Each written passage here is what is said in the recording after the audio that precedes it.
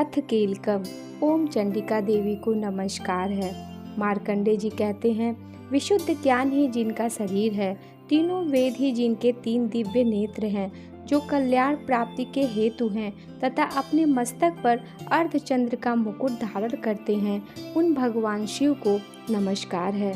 मंत्रों का जो अभिकीलक है, अर्थात मंत्रों की सिद्धि में विघ्न उपस्थित करने वाले शाप रूपी कीलक का जो निवारण करने वाला है, उस सप्तशती स्तोत्र को संपूर्ण रूप से जानना चाहिए।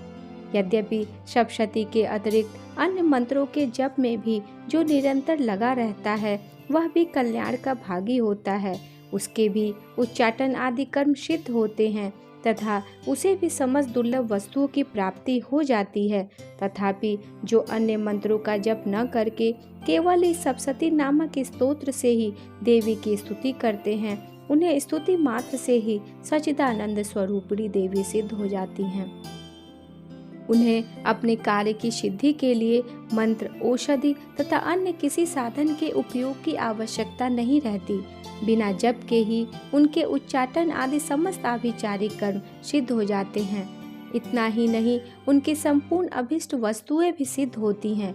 लोगों के मन में यह शंका थी कि जब केवल सप्तशती की उपासना से अथवा सप्तशती को छोड़कर अन्य मंत्रों की उपासना से भी समान रूप से सब कार्य सिद्ध होते हैं, तब इनमें श्रेष्ठ कौन सा साधन है। लोगों की इस शंका को सामने रखकर भगवान शंकर ने अपने पास आए हुए जिज्ञासुओं को समझाया कि यह सप्तशती नामक संपूर्ण स्तोत्र ही सर्वश्रेष्ठ एवं कल्याणमय है।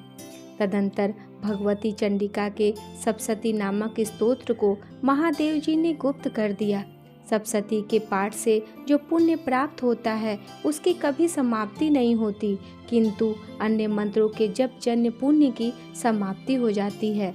अतः भगवान शिव ने अन्य मंत्रों की अपेक्षा जो सप्तशती की ही श्रेष्ठता का निर्णय किया, उसे यथार्थ ही जानना चाहिए।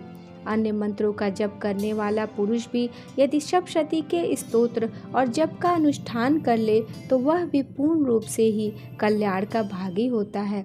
इसमें तनिक भी संदेह नहीं है। जो साधक कृष्ण पक्ष की चतुर्दशी अथवा अष्टमी को एकाग्रचित होकर भगवती की सेवा में अपना सर्वस्व समर्पित कर देता है और फिर उसे प्रसाद रूप से ग्रहण करता है, उसी पर भगवती प्रसन्न होती हैं, अन्यथा उनकी प्रसन्नता नहीं प्राप्त होती। इस प्रकार सिद्धि के प्रतिबंधक रूप कील के द्वारा महादेव जी ने इस स्त्रोत को कीलित कर रखा है।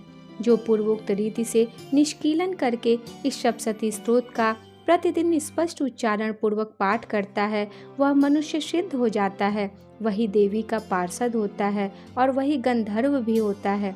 सर्वत्र विचरते रहने पर भी इस संसार में उसे कहीं भी भय नहीं होता। वह अपमृत्यु के वश में नहीं पड़ता तथा देह त्यागने के अनंतर मोक्ष प्राप्त कर लेता है। अतः कीलन को जानकर उसका परिहार करके ही सप्तशती का पाठ आरंभ करे। कीलक और निष्कीलन का ज्ञान प्राप्त करने पर ही यह स्तोत्र निर्दोष होता है और विद्वान पुरुष इस निर्दोष स्तोत्र का ही पाठ आरंभ करते हैं। स्त्रियों में जो कुछ भी सौभाग्य आदि दृष्टिगोचर होता है, वह सब देवी के प्रसाद का ही फल है। अतः इस कल्याणमय स्तोत्र का सदा जप करना चाहिए। इस स्तोत्र का मंद स्वर से पाठ करने पर स्वल्प फल की प्राप्ति होती है और उच्च स्वर से पाठ करने पर पूर्ण फल की सिद्धि होती है। अतः उच्च स्वर से ही इसका पाठ आरंभ करना चाहिए। जिनके प्रसाद से ऐश्वर्य, सौभाग्य, आरोग्य, संपत्ति, शत्रुनाश तथा परम मोक्ष की भी सिद्धि होती है, उस कल्याणमयी जगदम्बा की स्तुति मनुष्य क्यों नहीं करते। राधे राधे।